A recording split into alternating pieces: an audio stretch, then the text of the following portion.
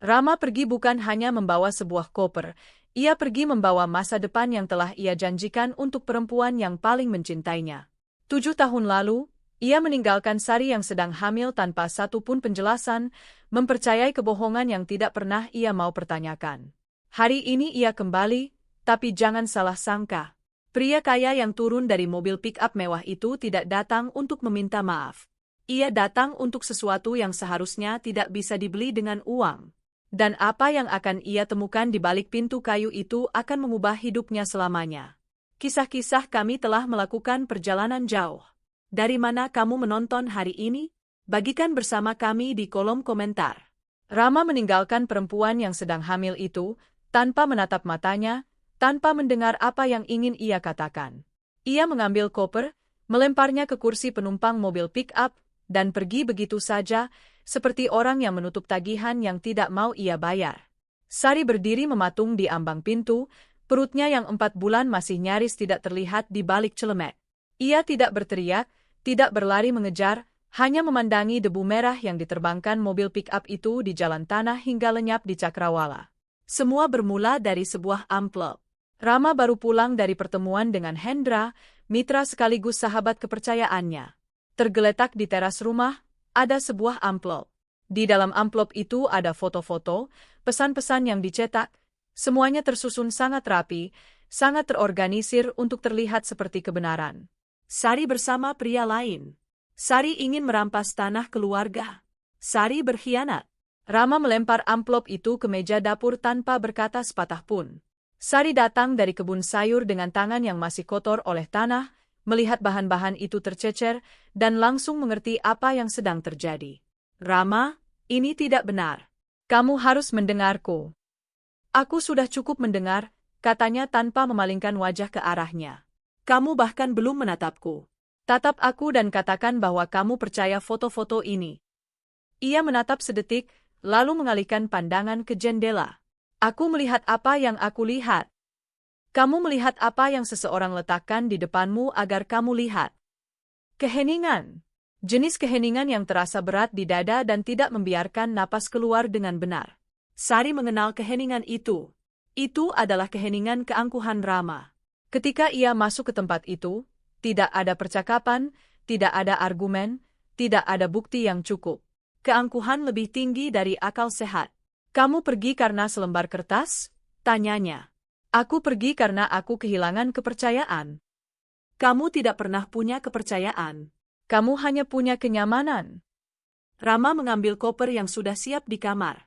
Sari menyadari bahwa ia sudah membereskannya sebelum pulang. Sudah memutuskan sebelum mendengar satu kata pun. Jadi, sudah diputuskan, katanya pelan. Ia tidak menjawab. Melewatinya di pintu tanpa menyentuh, tanpa menatap perutnya, tanpa pamit, menuruni 3 anak tangga teras dan langsung menuju mobil pick-up. Sari meletakkan tangannya di atas perut, menarik napas dalam-dalam, dan berdiri di sana sampai kesunyian jalan kembali menjadi hanya angin dan suara jangkrik. Pada bulan-bulan berikutnya, ia menunggu, bukan untuknya, tapi untuk saat tangis itu berlalu. Berlalu, tidak sekaligus, tapi sedikit demi sedikit, seperti terang setelah hujan panjang. Buati, tetangga yang tinggal sekitar 300 meter jauhnya, adalah orang pertama yang muncul. Ia datang membawa semangkuk soto ayam dan duduk tanpa berkata apa-apa untuk waktu yang lama. Hanya duduk di samping Sari di teras dan menemaninya. Kamu akan baik-baik saja, kata Buati di penghujung sore. Aku tahu, jawab Sari, dan ia benar-benar mempercayainya.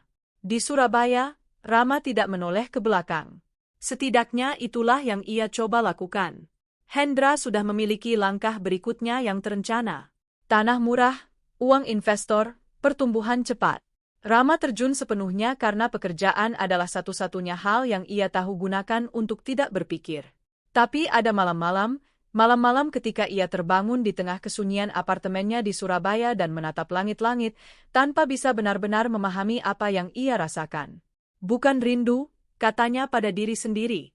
Hanya lelah, kebohongan yang ia ulang selama 7 tahun hingga hampir ia percayai. Sementara itu, Sari melahirkan seorang gadis bermata gelap dan berambut hitam seperti arang. Ia memberinya nama Nadia.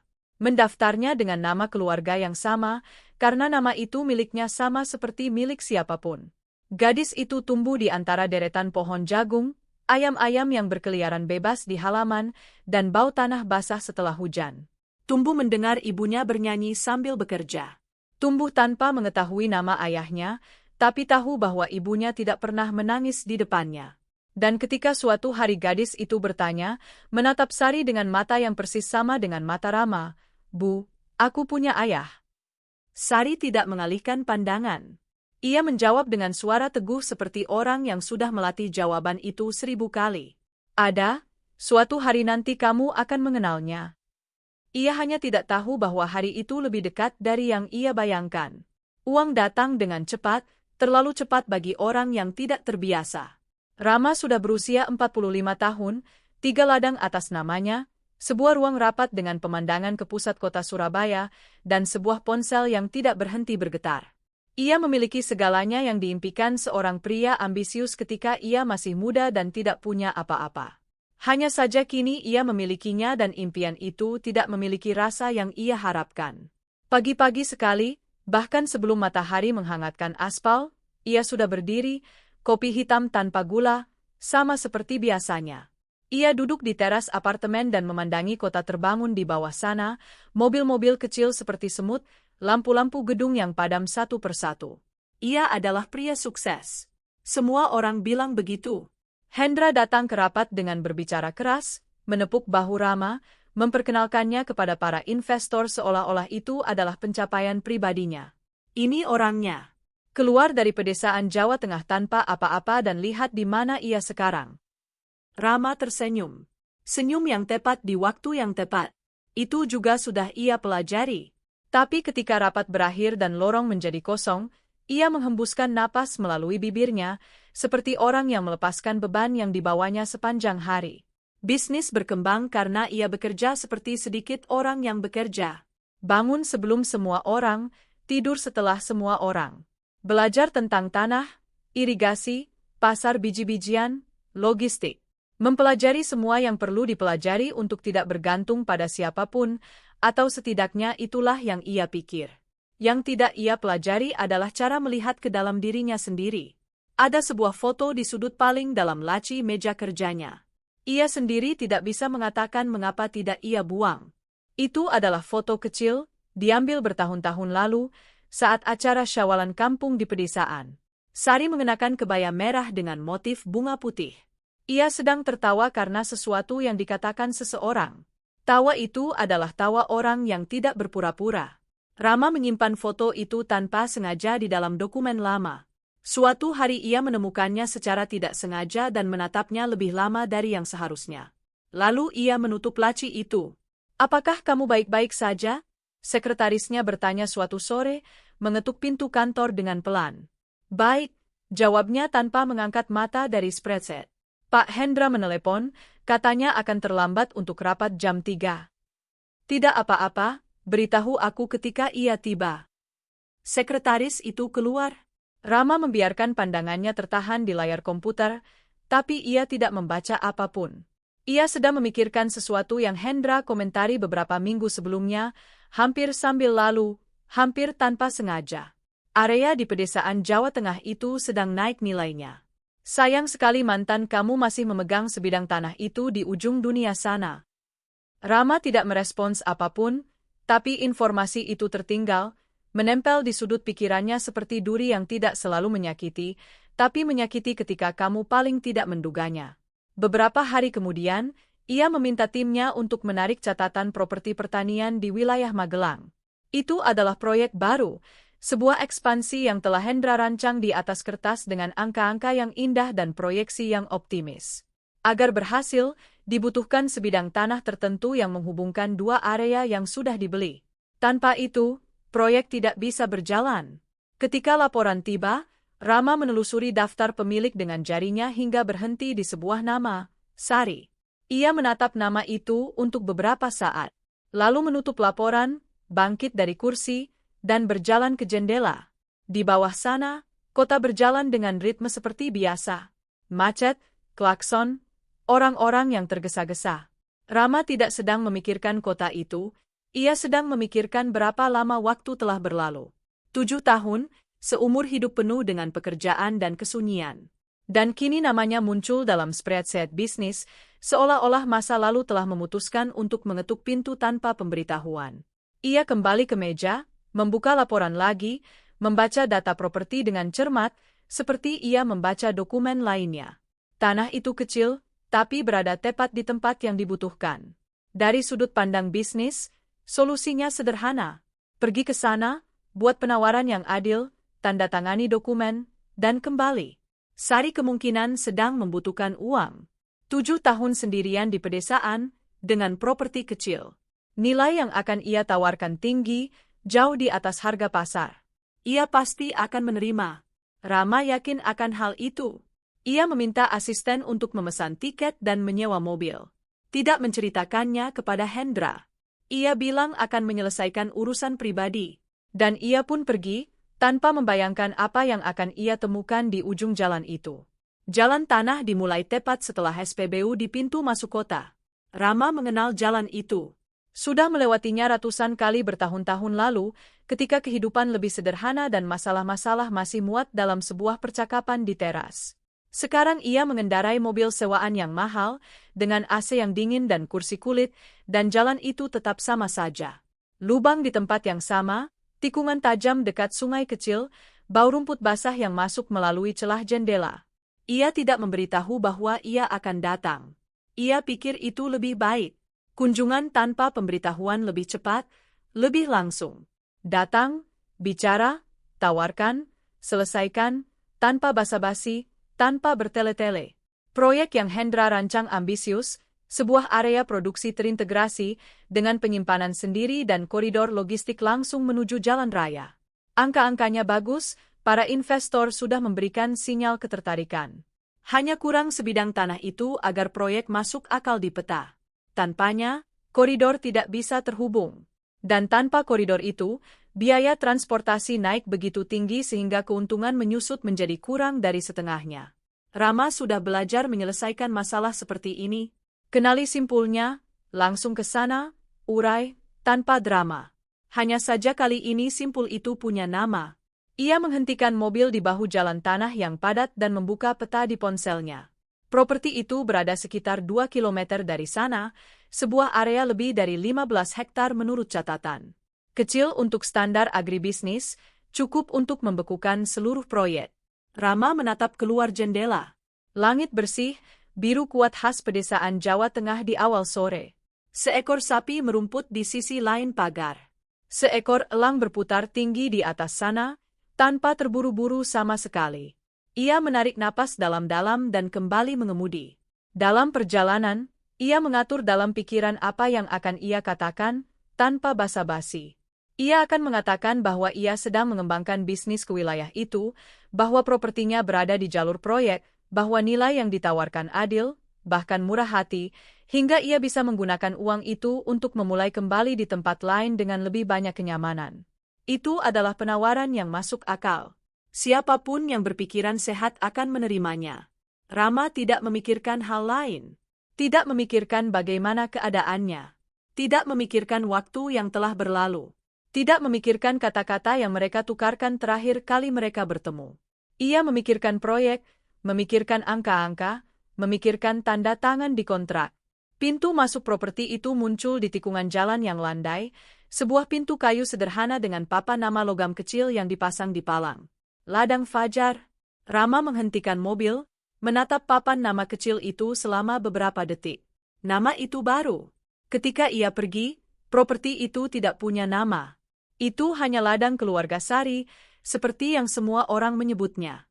Ia telah memberi nama untuk tempat itu.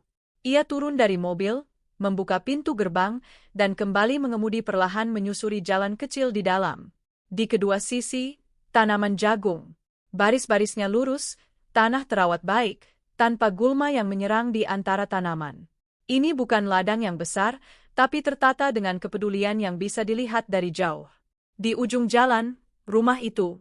Rama mengingat sebuah bangunan sederhana, dengan plester yang mengelupas di beberapa sudut dan teras yang ditopang 2 tiang kayu yang bergoyang ketika angin kencang.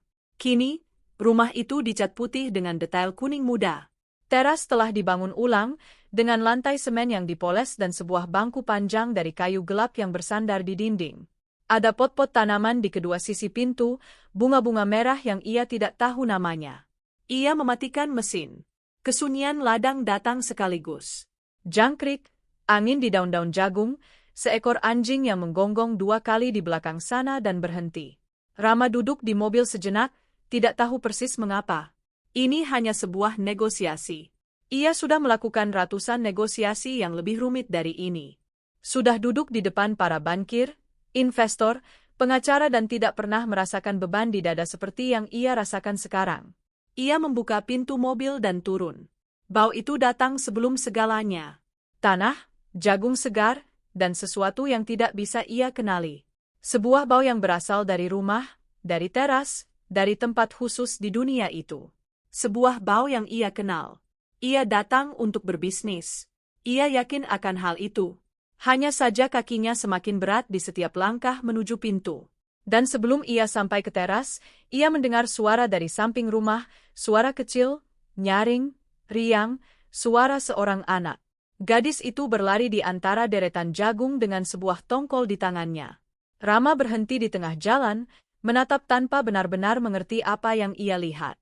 Anak itu berusia sekitar 6 tahun, rambut hitam terurai, sandal merah muda di satu kaki dan kaki yang lain telanjang. Berlari sambil tertawa karena sesuatu yang hanya ia tahu, memegang tongkol jagung seolah-olah itu adalah piala. Lalu berhenti. Melihat mobil asing itu, melihat pria yang berdiri di tengah jalan kecil itu, langsung serius, seperti cara anak-anak ketika menyadari ada orang dewasa yang tidak dikenal di dekat mereka. Memeluk tongkol jagung ke dadanya dan diam di tempat. Rama tidak bisa bergerak karena mata itu, mata gelap yang dalam, dengan alis yang sedikit berkerut seperti orang yang sedang menilai situasi. Ia mengenal mata itu, ia melihatnya setiap hari di cermin. "Siapa kamu?" tanya gadis itu langsung, tanpa basa-basi. Rama membuka mulut dan tidak ada yang keluar. "Kamu datang untuk mengunjungi ibuku," lanjutnya sambil memiringkan kepalanya ke samping. "Iya," akhirnya ia bisa berkata, "aku datang untuk bicara dengannya." Gadis itu sedetik menilai jawaban itu, lalu berbalik dan berteriak ke arah rumah. "Bu, ada orang di sini." Jantung Rama melakukan sesuatu yang aneh di dadanya. Bukan benar-benar sakit, lebih seperti sesakan mendadak, seperti ketika kamu mengingat sesuatu yang terlupakan dan menyadari bahwa kamu seharusnya tidak melupakannya. Sari muncul dari samping rumah dengan cangkul di tangan dan kain tua yang diikat di rambutnya. Ada lumpur di sepatunya, lengan kemejanya dilipat hingga siku, dan ekspresi orang yang ditarik di tengah pekerjaan penting. Ia melihat mobil itu lebih dulu, lalu melihat dia, tidak berteriak, tidak mundur, berdiri selama 2 atau 3 detik, cangkul di tangan, menatap Rama dengan ekspresi yang tidak bisa ia baca dengan benar. Lalu ia menarik napas dalam-dalam, menyandarkan cangkul di dinding, dan berkata dengan suara tenang seperti orang yang mengendalikan setiap kata. "Nadia, pergi cuci tangan dan minum jus yang ada di kulkas." "Tapi Bu, siapa pria ini?" "Pergi, Nak." Nadanya bukan marah, tapi tegas. Gadis itu menatap Rama sekali lagi, masih memeluk tongkol jagung. Lalu masuk melalui pintu belakang tanpa berlari. Sari menuruni 2 anak tangga di samping rumah dan berjalan ke arah Rama. Berhenti sekitar 3 meter jauhnya, cukup dekat untuk berbicara, cukup jauh untuk memperjelas bahwa ini bukan pendekatan yang ramah. "Rama," katanya, hanya namanya, tanpa kejutan, tanpa emosi yang berlebihan. "Sari," jawabnya. Mereka saling menatap sejenak. 7 tahun telah melewatinya dengan cara yang berbeda dari yang ia bayangkan. Ia tampak lebih teguh. Wajahnya mendapat beberapa bekas sinar matahari, beberapa garis di sekitar mata, tapi ada keteguhan di sana yang tidak ada sebelumnya. Seorang perempuan yang tidak butuh persetujuan siapapun untuk tahu siapa dirinya. "Kamu seharusnya memberitahu kalau mau datang." "Aku tahu, aku perlu menyelesaikan sesuatu dan kupikir lebih baik datang langsung." "Menyelesaikan sesuatu?" ulangnya perlahan. "Ini tentang properti. Aku punya penawaran untukmu." Sari menatapnya sedetik, lebih lama dari yang nyaman. Lalu berbalik ke teras dan berkata, "Kalau begitu masuk, aku akan buat kopi." Itu bukan undangan yang hangat, itu adalah sopan santun pedesaan, sopan santun yang sama yang memerintahkan untuk menyambut tamu dengan kopi, tidak peduli siapa tamunya. Rama menaiki anak tangga teras dan masuk melalui pintu depan.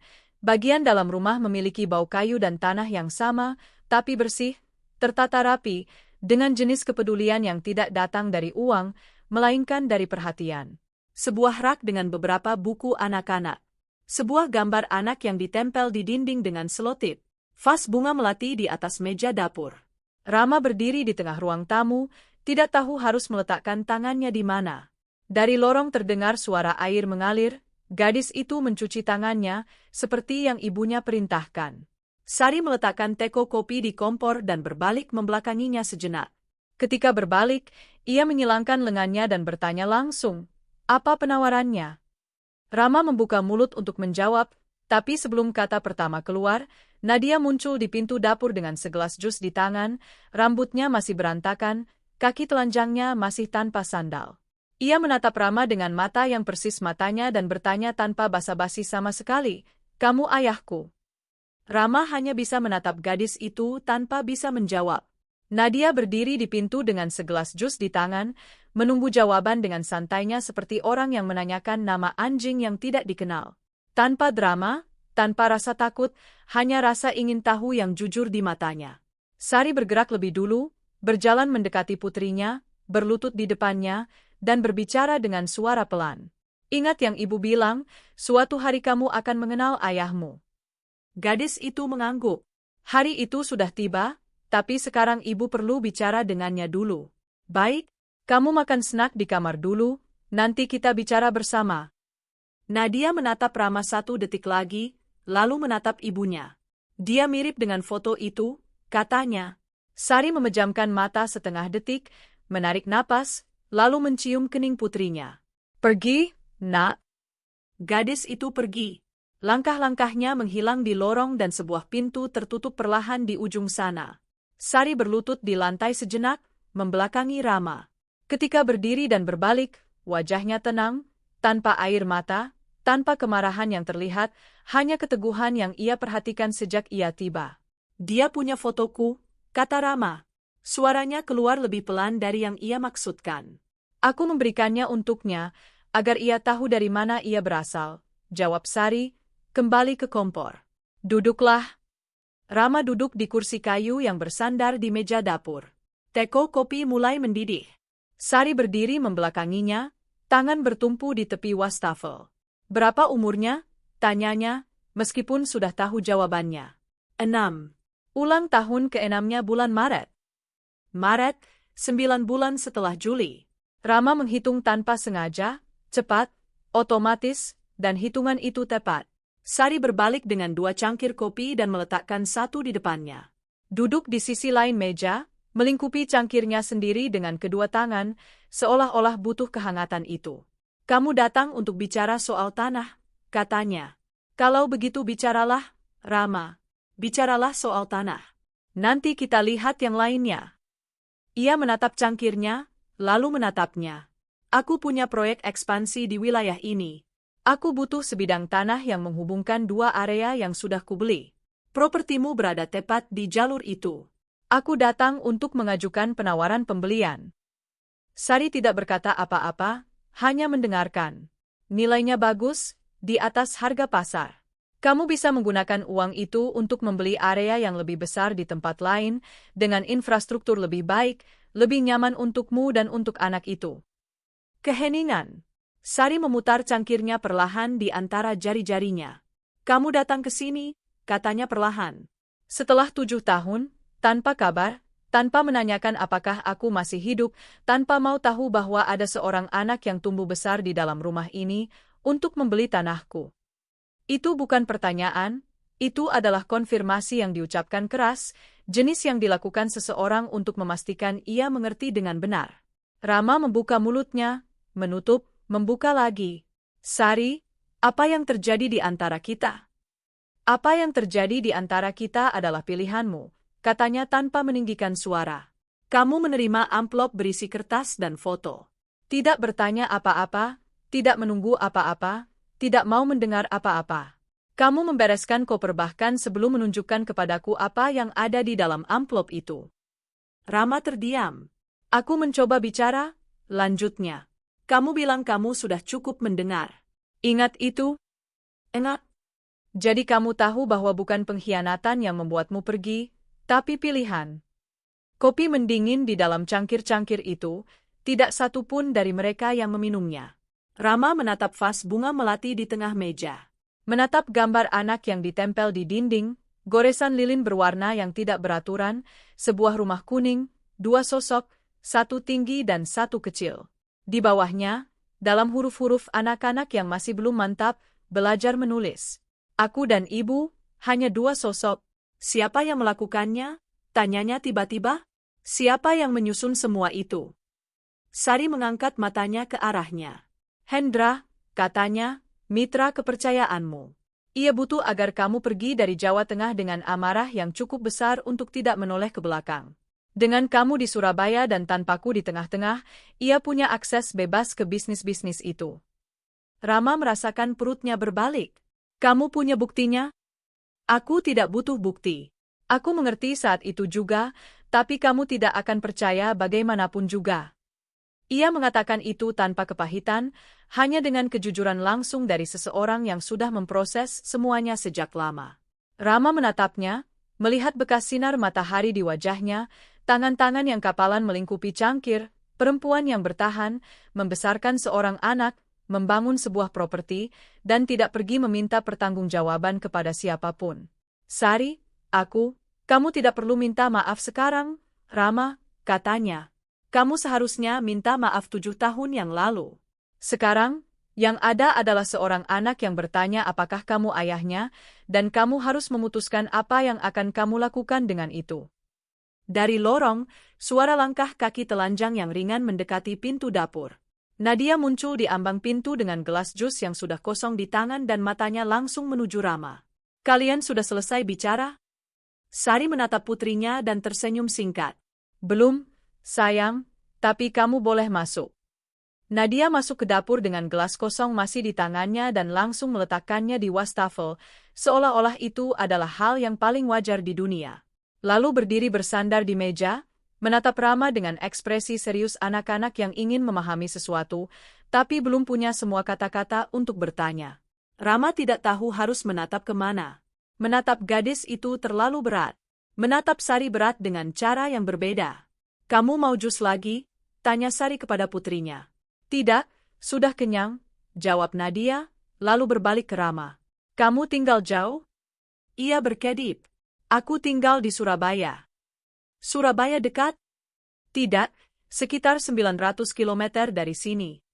Gadis itu memproses itu sedetik. Berarti kamu butuh waktu lama untuk datang. Kalimat itu keluar sederhana, tanpa tuduhan, tapi menghantam Rama seperti pukulan di perut. Sari menatap kopi di cangkirnya. Nadia, sudahlah, tidak, biarkan, kata Rama pelan. Ia menatap gadis itu. Kamu benar. Aku memang butuh waktu lama. Gadis itu menatapnya sejenak. Lalu menarik kursi di sampingnya dan duduk dengan kedua siku di meja dan dagu ditopang di kedua tangannya. Kenapa butuh waktu lama? Tanyanya. Rama membuka mulutnya, menutup.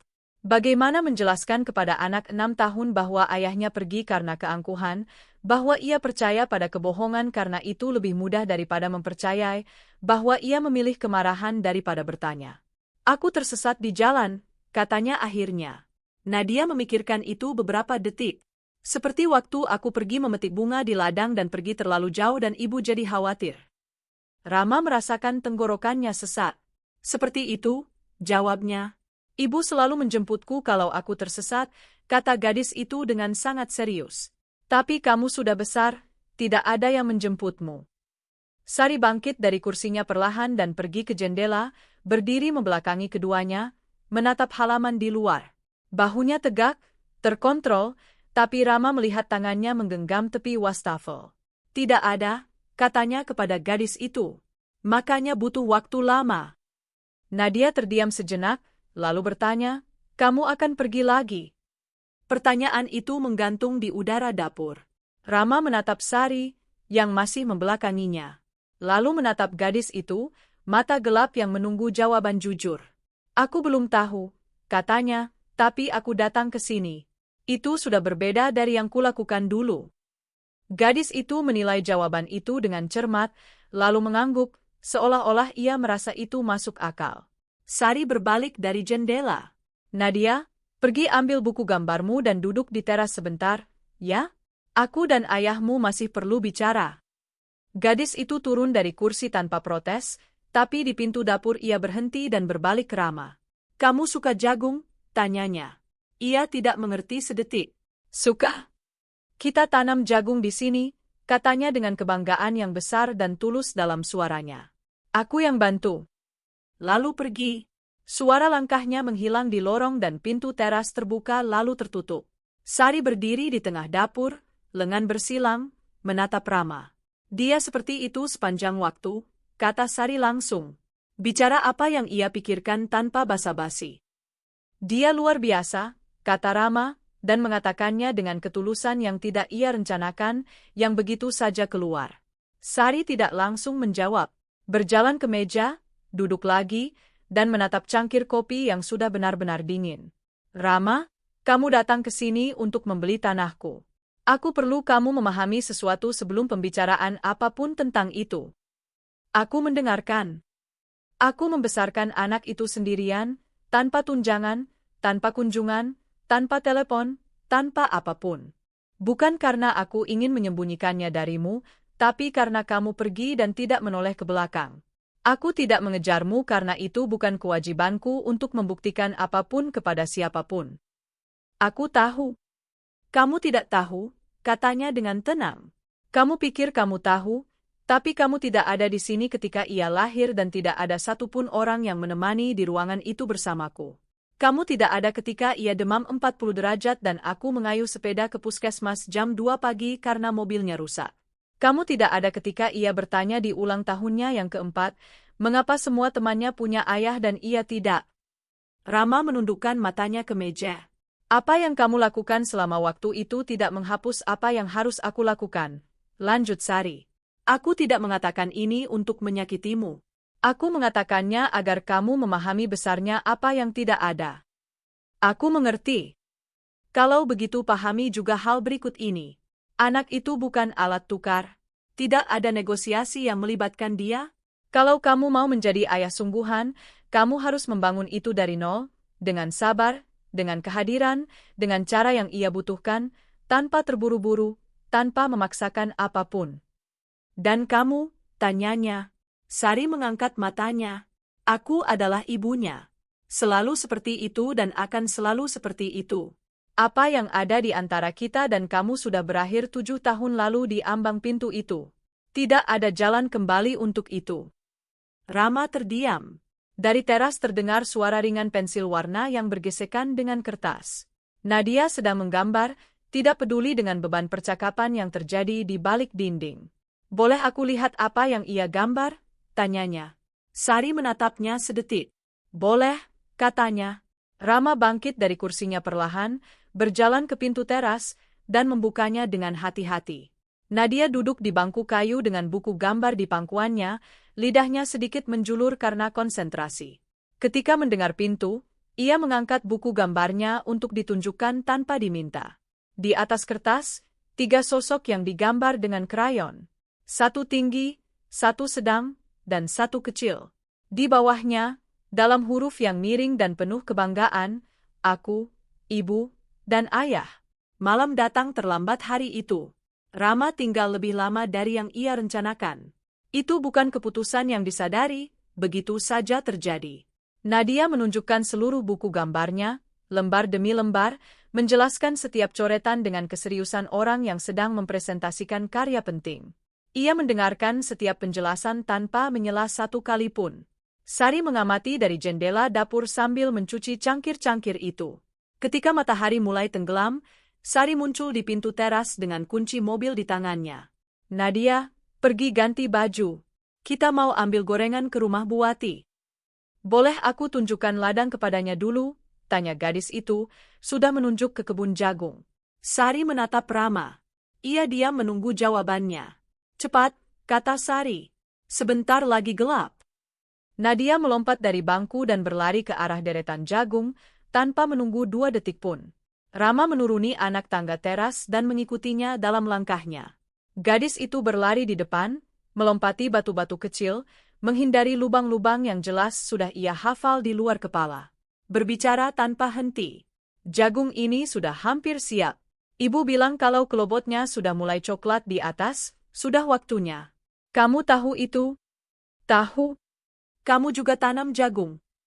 Tanam, tapi dalam skala yang lebih besar. Mesin yang mengerjakan semuanya. Nadia berbalik menatapnya dengan ekspresi sedikit kecewa. Di sini kita tanam dengan tangan. Ibu bilang yang tanam dengan tangan, belajar menghormati apa yang tumbuh. Rama menatap deretan yang terawat, tanah yang gelap dan gembur di antara tanaman, tangan kecil gadis itu yang menyentuh daun-daun dengan ringan saat berjalan. Ibumu benar, katanya. Mereka tiba di ujung deretan, di mana tanaman jagung memberi jalan ke area terbuka dengan pohon beringin tua di tengahnya. Pohon itu besar, dengan akar-akar yang mengangkat tanah di sekitarnya, seperti jari-jari yang keluar dari tanah. Pohon beringin ini yang paling tua di ladang, Nadia mengumumkan, meletakkan tangannya di batang dengan hati-hati. Ibu bilang buyutnya yang menanamnya. Itu sudah lama sekali. Memang sudah sangat lama. Kamu kenal buyutnya? Tidak sempat mengenalnya. Gadis itu menatap pohon itu sejenak. Semua yang bertahan lama punya akar yang dalam, katanya dengan keseriusan anak-anak yang mengulang apa yang didengar dari orang dewasa, tanpa tahu sepenuhnya bobot kata-kata itu. Rama terdiam. Ia merasakan kalimat itu di tempat yang tidak ia duga. Mereka kembali ke rumah ketika langit sudah hampir gelap. Sari menunggu di teras dengan tas di bahu dan ekspresi orang yang sudah tinggal lebih lama dari yang ia maksudkan. Sudah, pergi ganti baju, Nadia? Gadis itu masuk berlari. Sari menuruni satu anak tangga dan berdiri diam, menatap Rama. Kamu perlu bicara soal penawaran itu. Perlu. Kalau begitu bicaralah. Rama memasukkan tangannya ke dalam saku, menatap pohon beringin di kejauhan yang sudah berubah menjadi bayangan gelap di langit. Sebidang tanah yang aku butuhkan melewati batas timur propertimu, sekitar 6 hektar. Nilai yang siap aku tawarkan adalah 3 kali harga pasar. Dengan uang itu, kamu bisa membeli area yang lebih besar, lebih lengkap, dengan kondisi yang lebih baik dari yang kamu miliki di sini. Sari mendengarkan tanpa berkedip. Kamu masih punya modal lebih untuk diinvestasikan dalam produksi, memperbaiki infrastruktur, memiliki kehidupan yang lebih nyaman. Keheningan. Seekor ayam melintasi halaman di kegelapan yang semakin pekat. Anjing di belakang menggerakkan kandangnya, membuat suara singkat, lalu kembali diam. Sudah selesai? Tanya Sari. Sudah. Ia menuruni anak tangga terakhir dan berdiri berhadapan dengannya, lengan bersilang, suara tenang. Rama, tanah ini terbengkalai ketika ayahku meninggalkannya untukku. Aku membersihkan semak-semak dengan tangan. Aku menanam ulang semuanya. Aku merenovasi rumah ini dengan uang dari 3 panen berturut-turut yang ditabung rupiah demi rupiah. Aku membawa Nadia pulang dari rumah sakit dan menidurkannya di rumah ini malam itu juga, karena tidak ada lagi orang lain. Ia berhenti sejenak, bukan untuk efek, tapi untuk bernapas. Tanah ini bukan sekadar aset yang kumiliki. Ia adalah apa yang aku bangun ketika aku sendirian dan bisa saja menyerah. Tidak ada nilai uang yang bisa membeli itu. Rama, kamu tidak datang ke sini untuk membantuku. Kamu datang karena kamu butuh tanah ini untuk proyekmu. Aku mengerti. Bisnis ya bisnis. Tapi jangan jual kepadaku gagasan bahwa kamu memikirkan kenyamananku, karena kamu tidak memikirkan kenyamananku 7 tahun lalu dan tidak mulai memikirkannya sekarang. Rama menatapnya, tidak punya jawaban yang siap untuk itu. Mencoba menemukannya dan tidak berhasil. Penawaran sudah disampaikan, katanya akhirnya. Tidak perlu dijawab sekarang. Sudah kujawab. Ekor kudanya kali ini lebih rapi. Siap. Ia umumkan seolah-olah ia telah memenangkan sesuatu. Sari menatap putrinya dan wajahnya berubah sepenuhnya. Menjadi lebih ringan, lebih terbuka, dengan kehangatan yang hanya muncul ketika menatap seseorang yang menjadi alasan dari segalanya. Kalau begitu ayo pergi. Nadia melewati Rama dan berhenti sedetik. Kamu akan ada di sini ketika kami kembali. Rama menatap Sari. Sari tidak berkata apa-apa, membiarkan pilihan itu ada padanya. Tidak hari ini, katanya kepada gadis itu, tapi aku akan kembali. Nadia serius sedetik. Lalu mengulurkan tangannya kepadanya, formal dan kecil, seperti orang yang membuat kesepakatan. Janji? Rama menatap tangan terbuka itu, jari-jari pendek dan telapak yang masih bernoda krayon. Ia membungkuk dan menggenggamnya dengan hati-hati. Janji. Gadis itu mengangguk puas dan pergi ke mobil tanpa menoleh ke belakang. Sari melewati Rama tanpa berkata apa-apa lagi, tapi setinggi bahunya ia sedikit memalingkan wajah dan berbicara pelan hanya agar ia bisa mendengar. Kalau kamu membuat anak itu menderita, Rama, tidak ada proyek pertanian di dunia ini yang sebanding dengan harganya. Itu bukan ancaman, itu adalah peringatan seorang ibu. Dan peringatan seorang ibu memiliki bobot yang tidak bisa dibawa oleh kontrak manapun. Rama tidur dengan buruk malam itu. Penginapannya sederhana, di pusat kota Magelang, dengan kipas angin yang berderit pada frekuensi yang menjengkelkan dan sebuah jendela yang menghadap ke jalan tempat truk-truk lewat di tengah malam. Ia berbaring, mata terbuka, menatap langit-langit hingga pukul 3 pagi. Lalu menyerah untuk tidur, duduk di tepi tempat tidur dengan siku di lutut dan kepala tertunduk. Ia memikirkan jabatan tangan gadis itu. Tangan kecil itu, bernoda krayon, menggenggam tangannya dengan keseriusan yang tidak seharusnya dimiliki anak 6 tahun. Seorang anak yang meminta janji seperti itu sudah belajar bahwa janji bisa tidak ditepati, sudah belajar bahwa orang pergi. Rama bangkit, pergi ke jendela, dan menatap jalan yang sepi. Sebuah truk lewat perlahan, membuat jendela bergetar sedikit. Ia memikirkan Hendra, memikirkan betapa mudahnya ia percaya pada amplop itu, pada foto-foto yang kini, dengan jarak 7 tahun, bisa ia lihat dengan cara yang berbeda. Terlalu bagus, terlalu terorganisir.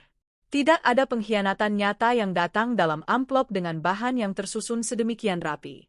Pengkhianatan nyata itu berantakan, penuh kontradiksi, penuh lubang. Itu semua telah direkayasa dan ia menerimanya karena ia menginginkan jalan keluar.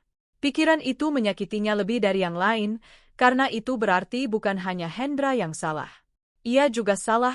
Ia telah memilih untuk percaya, karena itu lebih mudah daripada duduk di depan Sari dan mengakui bahwa pernikahan itu sulit, bahwa ia cemas dengan bisnis, bahwa ia takut tertinggal sementara dunia di luar sana bergerak semakin cepat.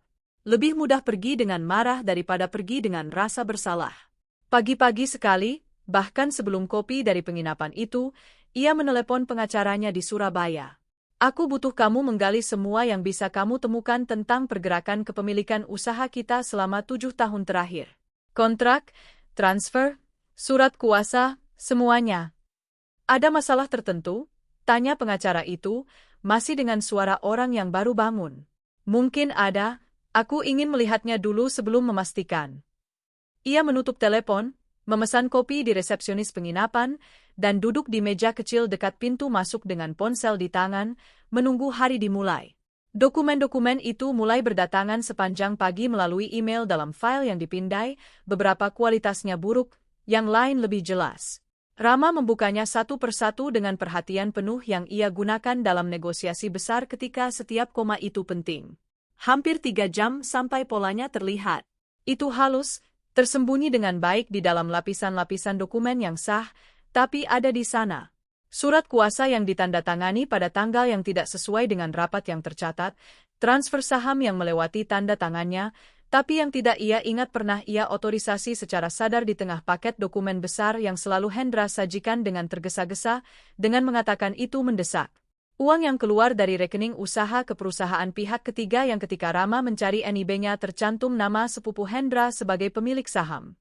Itu bukan penggelapan yang besar, itu penggelapan yang cerdas. Cukup kecil untuk tidak menarik perhatian, cukup sering untuk menumpuk selama bertahun-tahun. Rama menatap layar ponselnya untuk waktu yang lama. Ia merasakan amarah dingin yang naik perlahan, berbeda dari amarah panas yang ia rasakan 7 tahun lalu ketika melihat amplop itu. Amarah panas cepat berlalu, amarah dingin bertahan. Ia menelepon Hendra. 3 panggilan tanpa jawaban. Pada panggilan keempat ia mengangkat. Rama, aku sedang menghubungimu. Kapan kamu kembali dari Jawa Tengah? Aku kembali besok, kata Rama. Suaranya keluar tenang, terkontrol. Aku butuh kamu ada di kantor jam 9 pagi. Tentu, tidak masalah. Ada berita baru dari negosiasi dengan mantan. Rama memejamkan matanya sedetik. Kita bicara besok, katanya. Jam 9. Ia menutup telepon tanpa sepatah kata pun lagi, menatap gelas kopi yang sudah dingin di meja. Ia memikirkan Sari yang berbicara dengan suara tenang itu di dapur. Hendra, mitra kepercayaanmu. Ia tahu.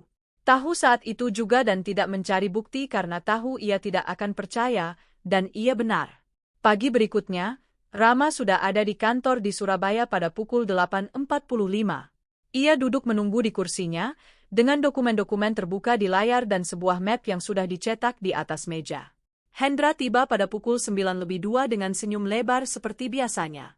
Jadi, bagaimana? Sari setuju untuk menjual? Tutup pintunya, kata Rama. Hendra menutupnya, duduk di kursi di sisi lain meja, dengan ekspresi orang yang belum menyadari bahwa lantai sudah berubah. Rama memutar komputer agar ia bisa melihat layarnya. Jelaskan ini kepadaku. Hendra menatap dokumen-dokumen itu. Senyum itu menghilang perlahan, seperti gula yang larut dalam air panas. Ini adalah analisis di luar konteks, katanya. Kamu perlu memahami skenario lengkapnya sebelum.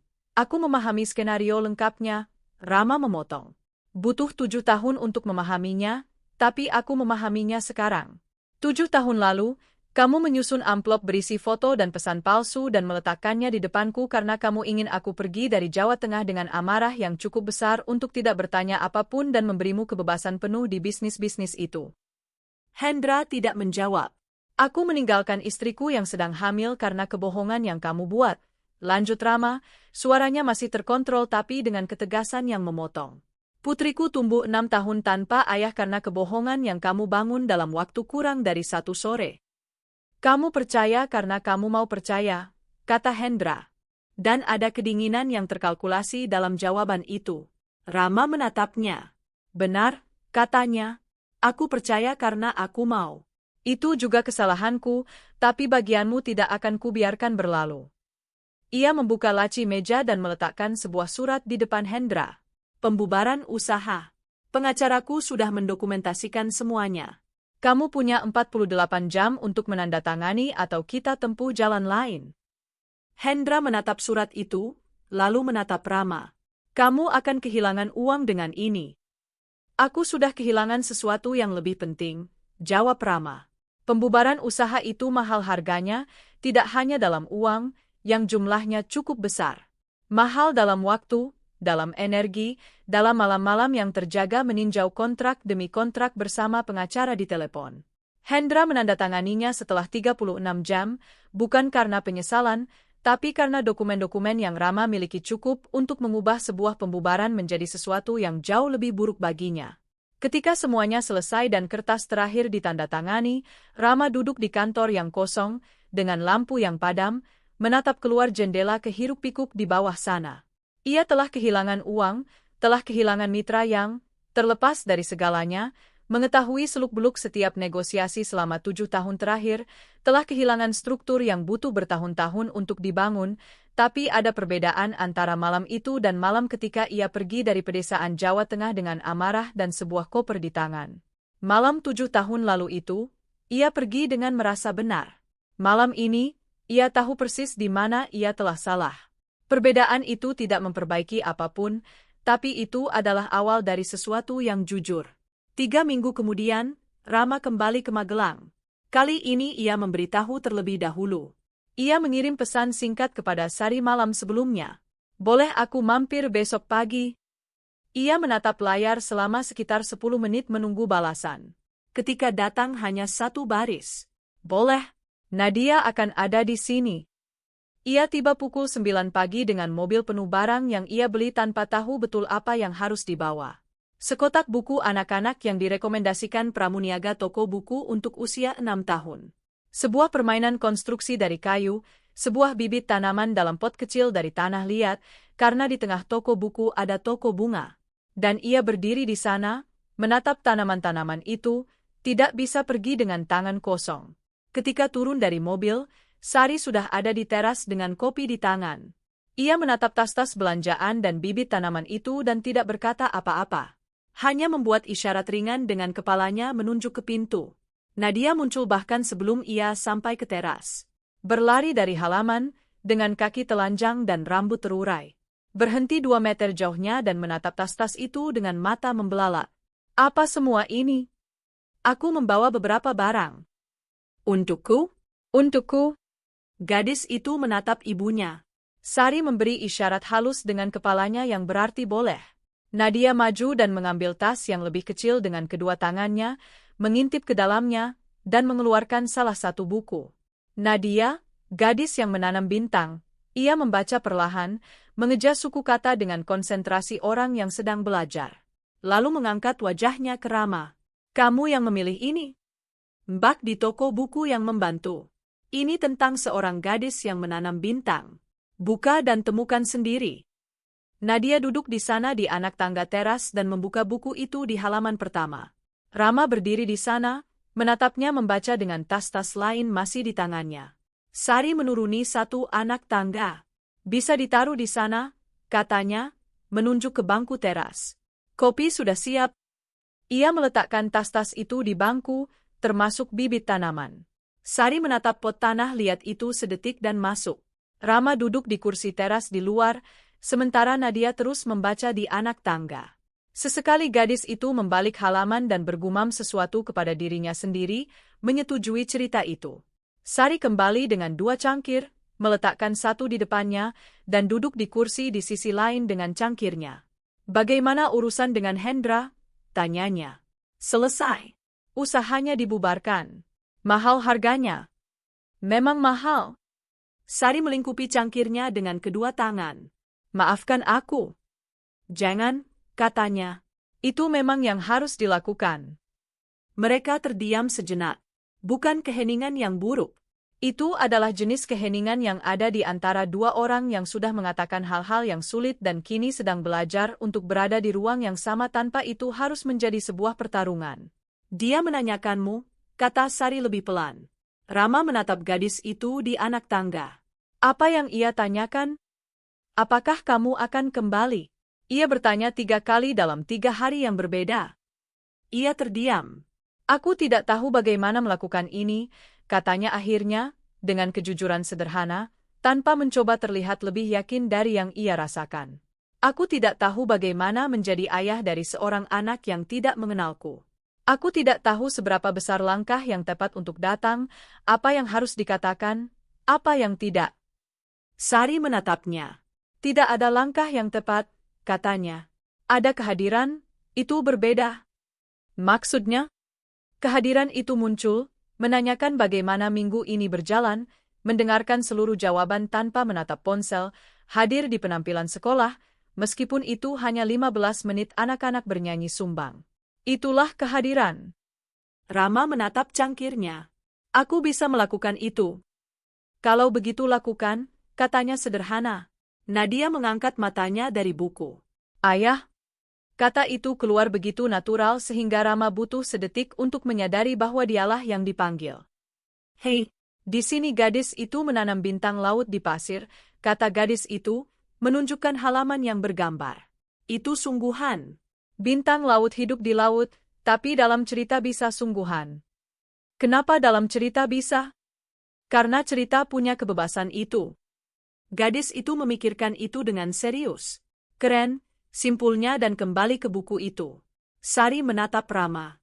Ada ekspresi di wajahnya yang bukan persetujuan tepatnya, tapi sesuatu yang mendekati itu. Hari itu, Rama tinggal hingga awal sore, membantu Nadia menanam bibit tanaman dalam pot tanah liat di sudut halaman yang ia pilih sendiri, tepat di dekat pohon beringin tua. Gadis itu menggali lubang dengan sekop kecil bergagang hijau yang bersandar di gudang. Meletakkan bibit dengan hati-hati, menata tanah di sekelilingnya dengan kedua ibu jarinya, lalu menatap tanaman itu dengan kepuasan. Perlu disiram setiap hari? Tanyanya. Yang ini 2 kali seminggu. Kamu tahu dari mana? Aku bekerja lama dengan tanaman. Gadis itu meliriknya dari samping. Tapi dengan mesin. Dengan mesin, ia mengonfirmasi. Tapi aku belajar dasarnya dulu. Nadia menatap bibit yang sudah ditanam.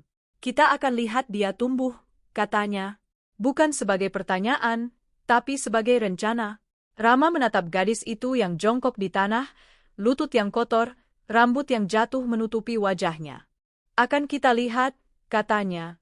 Sari berdiri di pintu belakang, mengamati keduanya. Ketika Rama mengangkat matanya dan melihatnya di sana, ia tidak mengalihkan pandangan. Menatap sedetik lalu kembali masuk ke dalam rumah. Itu bukan pengampunan, bukan pembukaan hati. Itu adalah seorang ibu yang mengamati seorang pria yang akhirnya berada di tempat ia seharusnya berada sejak awal. Dan untuk sementara, itu sudah cukup untuk melanjutkan. Musim dingin datang perlahan tahun itu. Pagi-pagi di pedesaan Jawa Tengah menjadi lebih dingin, dengan kabut rendah yang menutupi ladang hingga tengah pagi dan membuat segalanya tampak seperti foto lama. Tanaman jagung sudah dipanen dan tanah sedang beristirahat, gelap dan lembab, menunggu siklus berikutnya. Rama sudah kembali 4 kali sejak kunjungan pertama. Bukan dengan hadiah berlebihan, bukan dengan uang, bukan dengan penawaran. Ia kembali dengan kehadiran, seperti yang Sari katakan. Ia muncul pada suatu sore Sabtu untuk membantu memperbaiki pagar kandang ayam yang roboh karena hujan deras. Muncul pada suatu pagi hari kerja untuk mengantar Nadia ke sekolah ketika mobil Sari sedang di bengkel. Muncul pada suatu sore tanpa alasan apapun, hanya dengan 2 kilogram gorengan yang dibeli dari warung di kota dan pertanyaan sederhana di pintu. Boleh masuk? Sari membuka pintu tanpa basa-basi. Ia mempelajari jadwal sekolah. Belajar bahwa Nadia tidak suka pepaya, tapi makan mangga bagaimanapun juga, bahwa ia takut petir tapi tidak mau mengakuinya kepada siapapun, dan bahwa ia tidur memeluk boneka beruang kecil yang sudah lusuh yang ia dapatkan dari Buati saat lahir.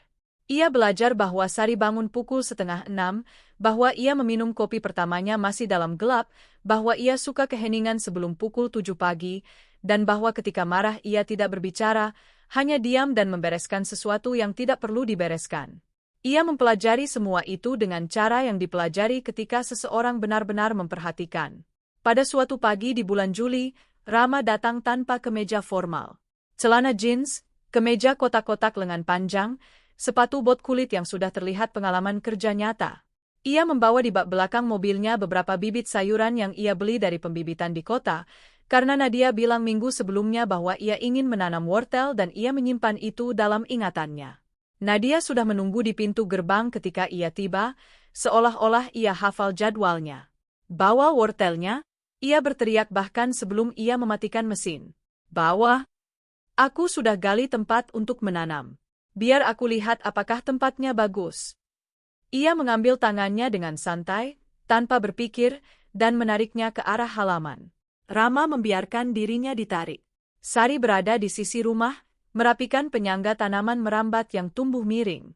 Ketika mendengar langkah kaki dan suara putrinya, ia mengangkat matanya. Melihat tangan Nadia menggenggam tangan Rama. Ia tidak berkata apa-apa, kembali ke tanaman merambat itu, tapi ada keringanan dalam gerak itu yang tidak ia coba sembunyikan. Lubang untuk wortel ada di sudut halaman, dekat bibit tanaman yang mereka tanam bersama beberapa minggu lalu.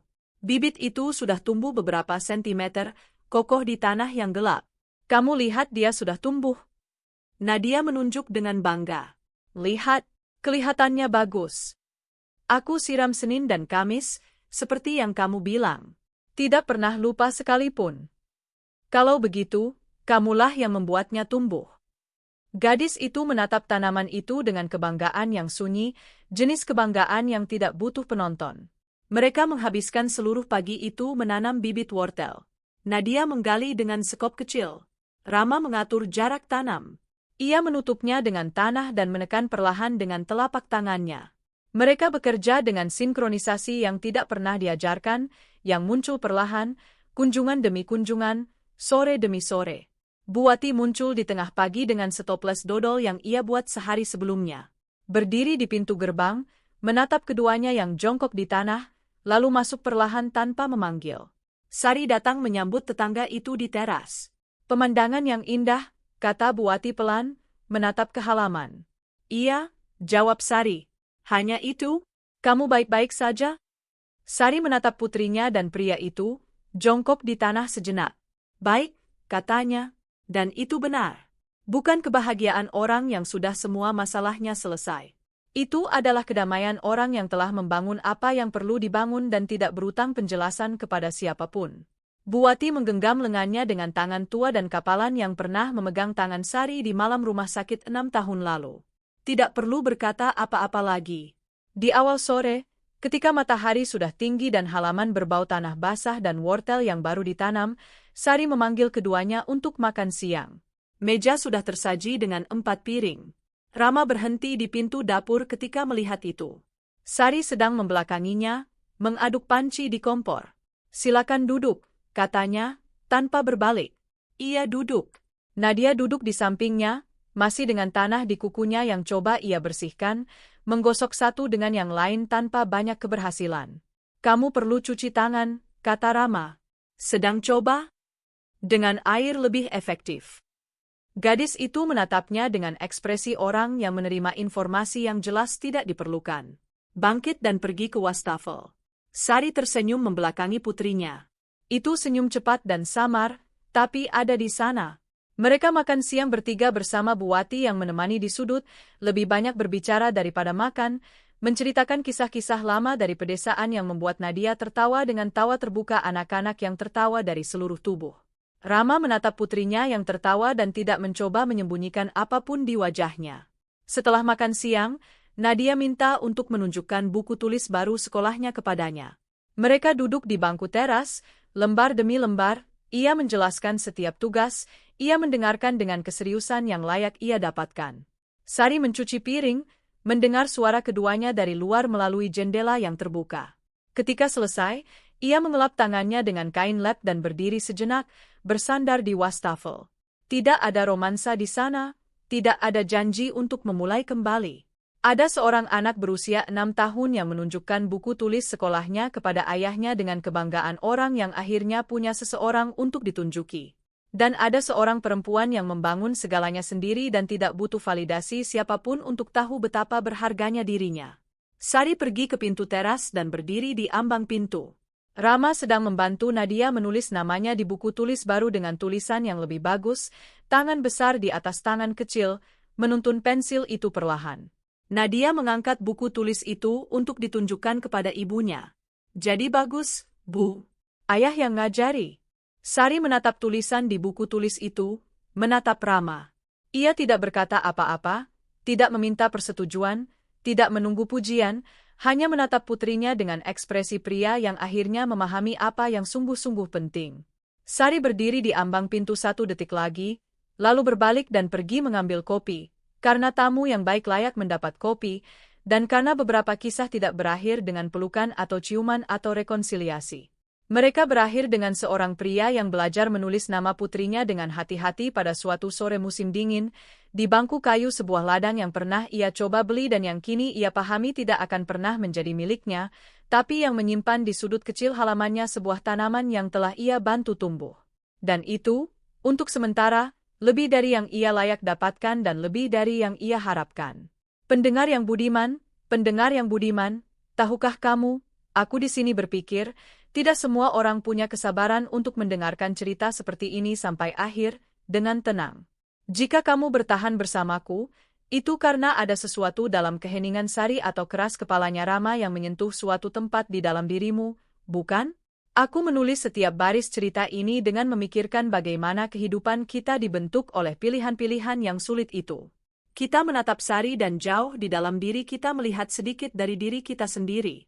Kekuatan yang kita tarik entah dari mana ketika tanah di bawah kaki kita lenyap. Keinginan untuk melindungi orang yang kita cintai, bahkan ketika hati kita hancur berkeping-keping. Terkadang kita menghabiskan hidup menunggu permintaan maaf yang tidak pernah datang atau perubahan yang dijanjikan seseorang dan tidak pernah ditepati. Sari mengajarkan kita bahwa kedamaian tidak datang ketika orang lain berubah, tapi ketika kita memutuskan bahwa kesalahan seseorang tidak akan lagi menentukan siapa diri kita. Ia tidak membuka pintu untuk Rama karena ia layak mendapatkannya. Ia membuka pintu karena putrinya layak mendapatkan seorang ayah dan ia layak untuk tidak lagi menanggung beban amarah itu.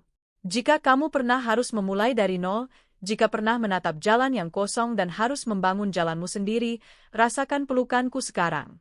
Kamu jauh lebih besar dari segala bentuk pengabaian atau kata-kata kejam yang pernah orang coba buat kamu percayai. Lihatlah semua yang telah kamu tanam, wortel-wortel yang sudah tumbuh di kebunmu dan kekuatan yang kamu miliki di tangan-tanganmu. Kamulah penulis dari kisah terindahmu. Terima kasih sudah berbagi waktu ini bersamaku. Kita bertemu di kisah berikutnya dengan kopi yang segar dan hati yang terbuka. Lalu, bagaimana menurutmu tentang kisah ini? Tinggalkan pendapatmu di kolom komentar. Kami sangat suka mendengar apa yang kamu pikirkan. Jangan lupa tekan suka pada video ini untuk mendukung kami dan berlangganan channel ini. Sampai jumpa lagi.